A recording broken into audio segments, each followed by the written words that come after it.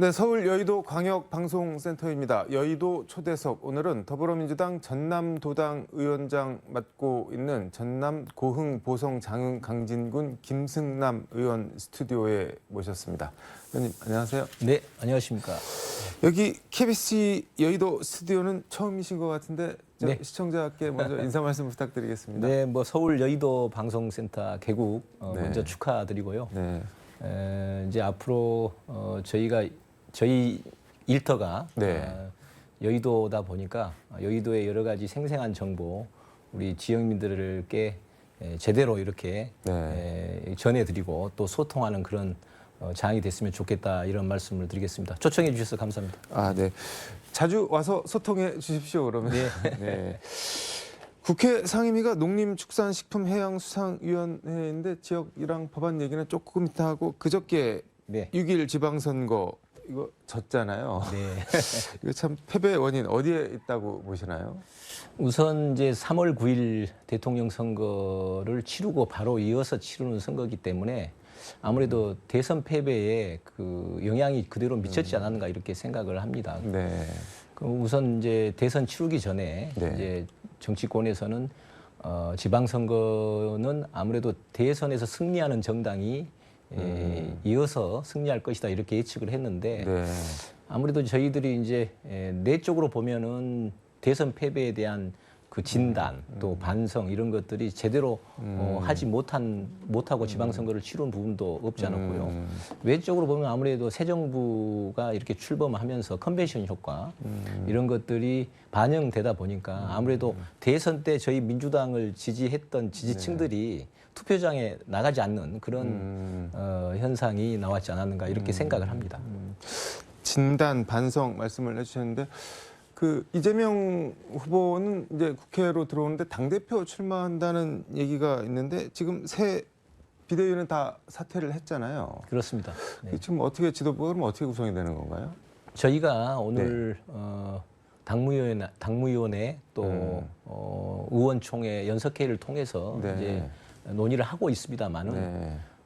아무튼 전당대회를 통해서 아무튼 저희들이 앞으로의 어떤 정치 일정 또 민주당이 어떻게 이 패배를 극복해내고 새롭게 활로를 개척할 것인가에 대해서 논의가 이루어질 수 있고요. 그다음에 다음 주 초에 또 지금 권한 대응을 맡고 있는 네. 박홍근 원내대표가 또 시도당 위원장 연석회의를 네.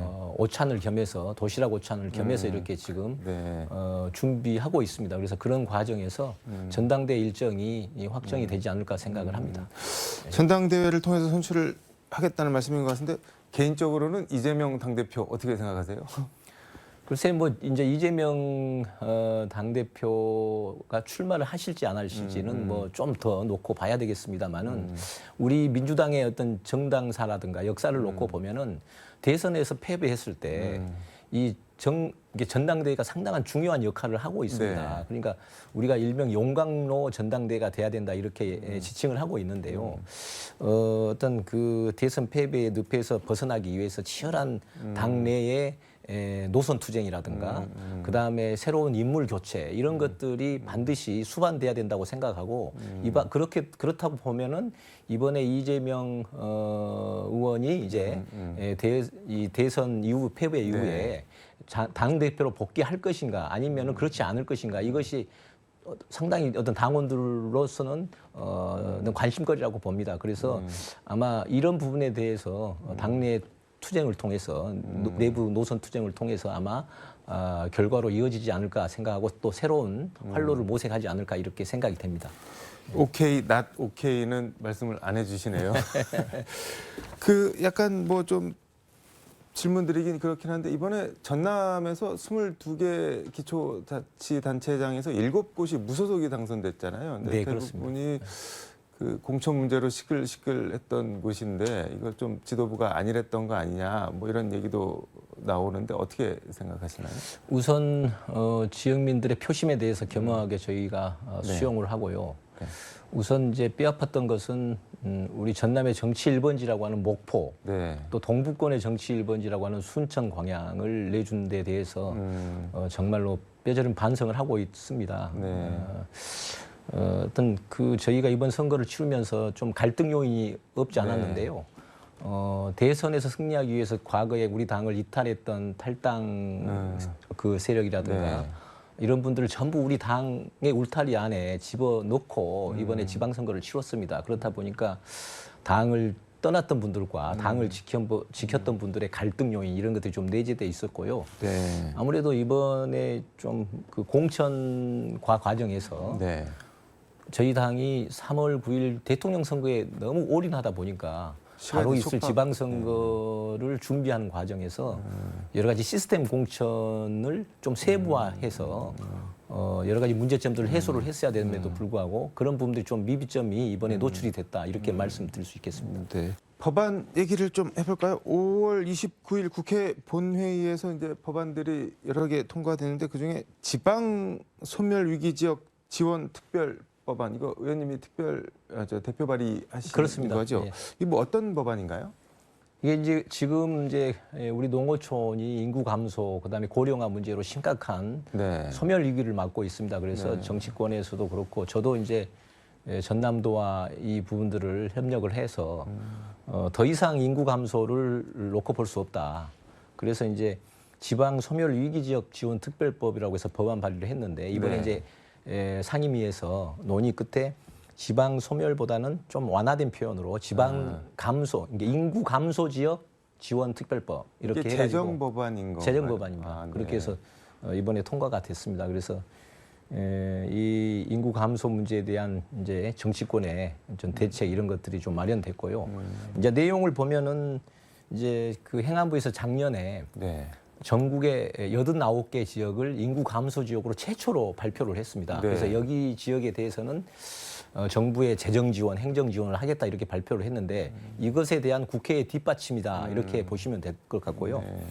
이제 내용을 보면은 그 이기 지역 활성화 기본 계획도 수립을 할 수 있게끔 돼 있고 또 대통령 소속이나 지방자치단체장 소속으로 네. 위원회를 또 둘 수 있도록 돼 있고요. 그다음에 이제 그 이런 인구 감소 지역에 청년들이 취업을 했을 경우에 이 청년들에 대한 그 임금 지원 이제 이런 것들을 좀 지원하게끔 이렇게 돼 있고요. 또 중소기업 같은 경우도 인구 감소 지역에다가 기업을 설립을 했을 때 세제 지원 이런 것들을 좀 둘 수 있도록 그런 근거를 마련했다 이렇게 보시면 되겠습니다. 이게 언제부터 시행이 되나요? 이게 이제 내년 1월 1일이죠. 이제 내년 1월 1일부터 시행이 되는데 이제 어떻게 보면은 교통, 그다음에 주거, 복지, 문화 뭐 이런 부분들까지 정부에서 지원의 근거를 마련했기 때문에 각 지자체나 이런 데서 적극적으로 노력을 하면은 네. 인구 유입 효과를 충분히 발휘할 수 있다 이렇게 생각을 합니다. 앞서서 상임위가 해양수산이라고 말씀드렸는데 농업재해대책법 일부 개정안도 29일 날 본회의에서 통과를 했는데 이것도 대표 발의를 하신 거죠? 그렇습니다. 그 작년에 이맘때쯤이죠. 네. 작년 7월쯤에 특히 남해안에 집중호우가 있었는데 강진 지역 같은 경우는 집중호우로 인해서 그 전복 양식장이 100% 폐사를 당했어요. 네. 그래서 이제 그 현장 지원을 갔었는데 지역에서 그동안에 이제 그 농어가들이 특히 어가들 그때 당시에는 어가들이 정부에서 많은 양어 자금 또 영농 자금 이런 것들을 받았는데 영농 자금, 영어 자금 같은 경우는 이렇게 재해가 발생이 되면 네. 이 상환 기한의 연기라든가 또 어떤 이자 감면 이런 혜택을 보는데요. 네. 다른 정책 자금에 대해서는 그런 혜택이 잘 이게 이루어지지 않고 있어서 그러니까 재해를 당해야지만 뭔가 지원이 되는. 아니 이게 그잖아요. 재해를 당하더라도 네. 정부의 어떤 그 대출금이나 이런 것들이 어떤 경우는 되고 어떤 경우는 안 되고 이런 부분이 있었어요. 그래서 네. 보니까 한 13% 정도는 영어 자금이나 영농 자금은 세제 지원이나 이런 것들이 되고 상환 연기가 자동으로 되는데 네. 안 되는 부분이 있었습니다. 그래서 이런 부분에 대해서 이게 음. 영농 자금이나 영어 자금에 대해서 정책 자금에 대해서 정부가 지원했던 것이 재해로 인해서 피해가 당했을 경우에 상환도 자동으로 될 수 있고 그다음에 이자 감면도 될 수 있도록 하는 법안입니다.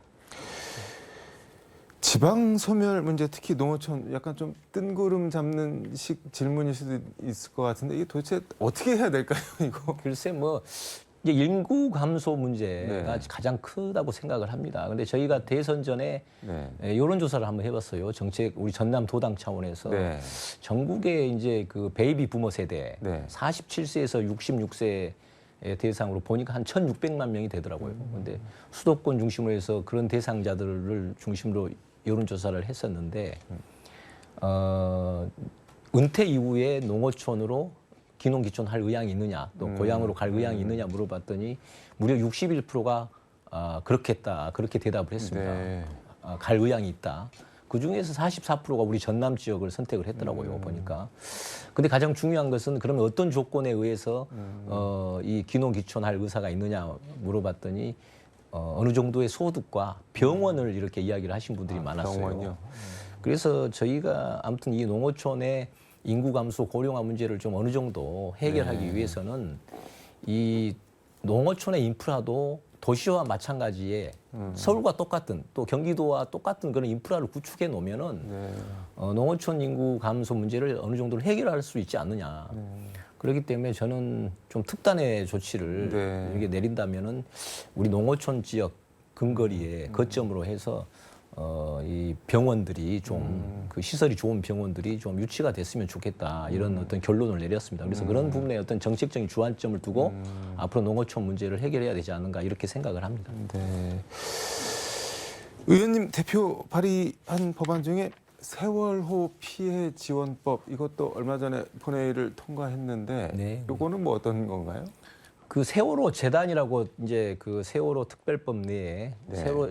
세월호 재단이 이제 설립이 돼서 이 세월호 재단에서 여러 가지 그동안의 국민의 안전과 생명을 지키는 여러 가지 그 캠페인 또 네. 여러 가지 활동들을 하고 있었습니다. 근데 네. 이 재단의 활동에 대해서 지난번에 이 세월호 특별법을 만들 때 5년 한시적으로 이렇게 재단 활동을 할 수 있도록 했습니다. 네. 근데 지원을 5년 동안 할 수 있도록. 그런데 이것을 좀 더 연장해야 되지 않느냐. 그래서 이것을 5년 더 연장해서 10년으로 이렇게 저희가 연장한 법안입니다. 이렇게 말씀드릴 수 있겠습니다. 이게 뭐 일각이긴 하지만 아직도 세월호냐 네. 그만 우려먹어라 지겹다 뭐 이런 얘기가 있는 것도 뭐 사실이긴 한데 이런 거는 어떻게 생각하세요? 글쎄요, 뭐 세월호 참사는 우리 국민들이 너무 뼈저리게 그 아픔을 체험을 했고요. 네. 그렇기 때문에 이 국가의 가장 기본적인 일이 국민의 생명, 안전을 지키는 일 아니겠습니까? 그렇기 네. 때문에 그 정신을 계속 캠페인하고 그다음에 제도 개선하고 또 혹시 일어날지 모르는 안전사고에 대해서 대비하자는 취지이기 네. 때문에요. 저는 뭐 100번 강조해도 그 뭐 부족함이 없다 이렇게 생각을 합니다. 이제 곧 있으면 하반기 원구성도 새로 해야 되고 뭐 그렇습니다. 상임위도 새로 배분을 해야 될 것 같은데 네. 어떻게 계속 농해수위에 계시나요? 어디 뭐 다른 데로 옮기시나요? 저는 이제 농해수위에서 계속 네. 활동을 할 생각입니다. 왜냐하면 네. 우리 지역민들의 네. 그 이해와 요구 또 이 농어촌의 여러 가지 당면한 문제 이런 것들이 우리 사회의 어느 문제보다도 심각한 문제라고 생각을 합니다. 그렇기 때문에 국회에서나마 농어촌을 대변할 수 있는 역할을 하는 것이 바람직하지 않느냐 이렇게 생각을 하고 있고요. 당에서 허락한다면 앞으로 2년 더 활동할 생각입니다. 네, 알겠습니다. 뭐 좀 여쭤보고 싶은 게 더 많은데 시간상 마지막으로 뭐 좀 혹시 당보다 강조하고 싶은 게 있으면 마무리 말씀 네, 부탁드리겠습니다. 아무튼 우리 지난번 대선 때 또 네. 이번 지방선거 때 지역민들께서 상당히 어떤 그 시리와 좌절 이런 것들을 느끼셨을 겁니다만은 저희 민주당이 더욱더 뼈를 깎는 각오를 통해서 쇄신하고 다시 거듭나서 국민의 지지를 받을 수 있도록 그렇게 하겠다 이런 말씀을 드리겠습니다. 네. 성원해 주신 우리 지역민 여러분들께 감사의 말씀 드리겠습니다. 민주당이 쇄신하고 거듭나는데 역할을 해주시기를 바라겠습니다. 오늘 네. 말씀 잘 들었습니다. 네, 감사합니다. 감사합니다.